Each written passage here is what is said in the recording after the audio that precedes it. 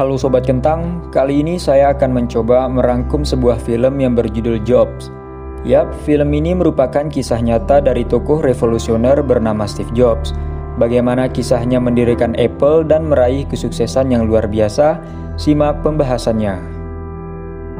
Sesuai dengan judulnya, film ini menceritakan tentang Steve Jobs yang merupakan anak kuliahan yang mendapat beasiswa karena kepintarannya. Ia terkenal di mata para dosen karena kejeniusannya. Tapi sayangnya, Steve Jobs ini adalah anak yang suka banget kebebasan dan gak mau diatur. Dia jarang banget mandi, tidur di mana aja, kemana-mana nyeker, rambut berantakan, badannya bau, narkoba, seks bebas, dan lain sebagainya.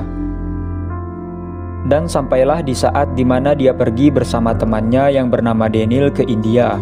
Nah, tujuan mereka ke India itu cuman mau nyari jati dirinya. Karena dia ngerasa hidupnya nggak punya tujuan. Dia selalu merasa kosong, dan dia juga selalu nangis kalau ingat dulu waktu dia bayi, dia dibuang sama orang tua kandungnya sendiri.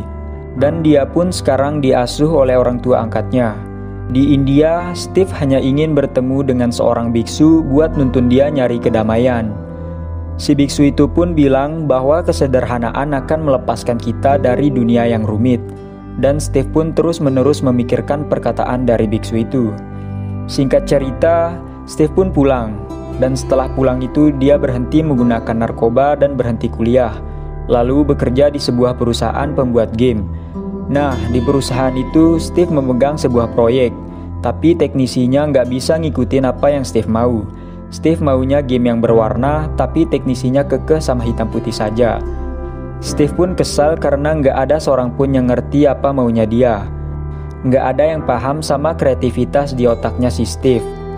Dan kepala kantor pun datang lalu bilang ke Steve bahwa semua orang yang pernah kerjasama sama si Steve pada ngeluh semua karena permintaan si Steve ini yang selalu aneh-aneh. Akhirnya si Steve pun bilang ke kepala kantor itu bahwa dia mau sebuah proyek game baru dan dia bakal ngerjain sendiri proyek itu.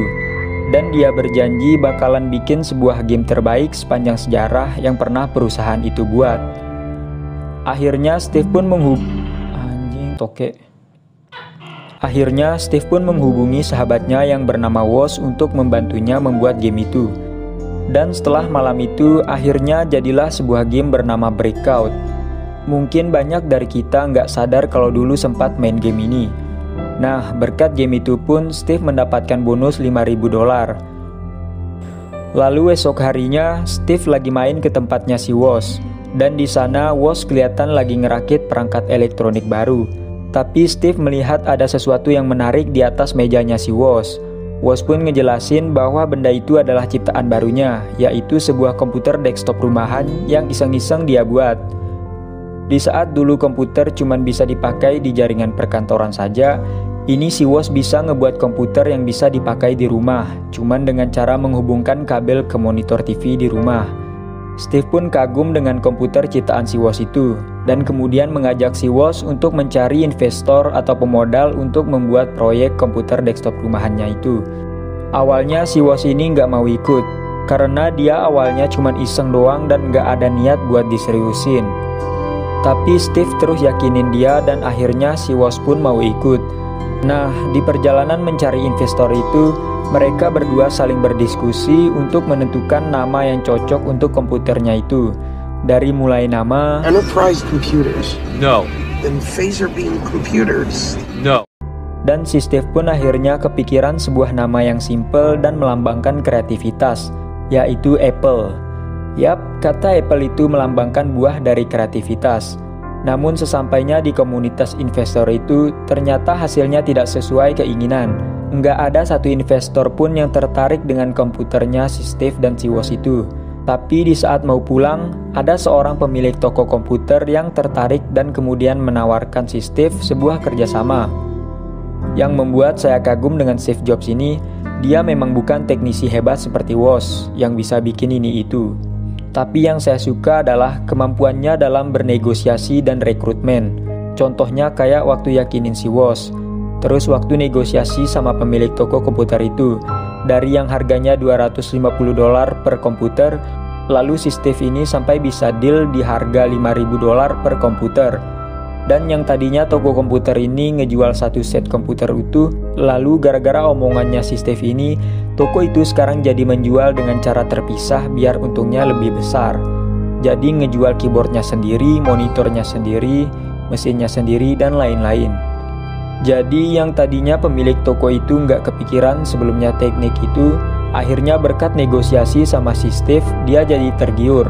Kemudian Steve dan Woz pun akhirnya memproduksi komputer pertamanya yang diberi nama Apple Computer One atau Apple Generation One. Nah, komputer generasi pertama itu mereka buat di sebuah garasi rumahnya. Lalu untuk membantu pekerjaan mereka, Steve pun merekrut 3 orang yang bernama Bill, Chris, dan sahabatnya sendiri yang sebelumnya mengajak dia ke India, yaitu si Daniel. Dan setelah komputer pertama mereka jadi dan sukses terjual ke toko komputer itu sebanyak 100 unit, yang masing-masing unitnya seharga $5.000. Maka mereka pun memulai proyek barunya, yaitu membuat Apple Computer II. Dan di proyek baru itu, Steve merekrut seorang teknisi baru bernama Hawk, yang ditugaskan untuk desain tata letak komponen-komponen di komputernya itu. Di sini saya baru tahu ternyata dulu kipas angin komputer itu semua posisinya ada di luar dan kipasnya itu suaranya berisik banget. Dan Apple Computer II ini bisa dibilang sebagai pelopor desain baru komputer dengan kipas pendingin di dalam casing komputernya, dan kipas itu nyaris tanpa suara. Jadi yang dulunya suara mesin komputer pada berisik semua, maka Apple berhasil menciptakan komputer yang nyaris tanpa suara. Nah, setelah Apple Computer II itu jadi, maka Steve Jobs pun mulai menghubungi semua calon investor yang ada di listnya untuk mengembangkan Apple Computer II. Namun, semua panggilan telepon dari Steve ditolak, karena mungkin di waktu itu bisa dibilang bisnis komputer rumahan masih kurang populer dibandingkan dengan komputer perkantoran. Dan karena semua telepon dari Steve itu ditolak, dan saat Steve sedang stres itu pun tiba-tiba datanglah seorang calon investor bernama Meg. Meg sampai repot-repot datang karena dapat kabar dari salah seorang relasinya bahwa ada sebuah komputer baru bernama Apple yang katanya akan digadang-gadang jadi komputer revolusioner. Tapi pas si Meg ngeliat lokasinya itu, dia pun kaget karena pas ngeliat ternyata bukan gedung atau kantor, tapi cuman sebuah garasi rumah biasa. Awalnya si Meg pesimis, tapi karena si Steve ini jago banget ngomongnya, dan akhirnya si Meg pun tergiur dan setuju untuk invest sebesar $300.000 untuk Apple Computer II. Singkat cerita, Apple Computer II benar-benar sukses dan meledak di pasaran. Dan boom! Apple kini sudah berubah menjadi sebuah perusahaan besar dan gedung, kantor, dan sistem yang sangat profesional. Nah, di sini Apple berubah menjadi perusahaan terbuka, yang artinya Apple ini menjadi perusahaan milik bersama atau terbuka. Artinya, bergantung pada kepemilikan saham. Nah, walaupun si Steve ini tetap CEO-nya dan pemegang saham terbesar, tapi di dalam perusahaan Apple itu juga terdapat yang namanya anggota dewan. Nah, anggota dewan itulah yang mewakili para pemegang saham dan akan selalu mengawasi setiap gerak-gerik si Steve.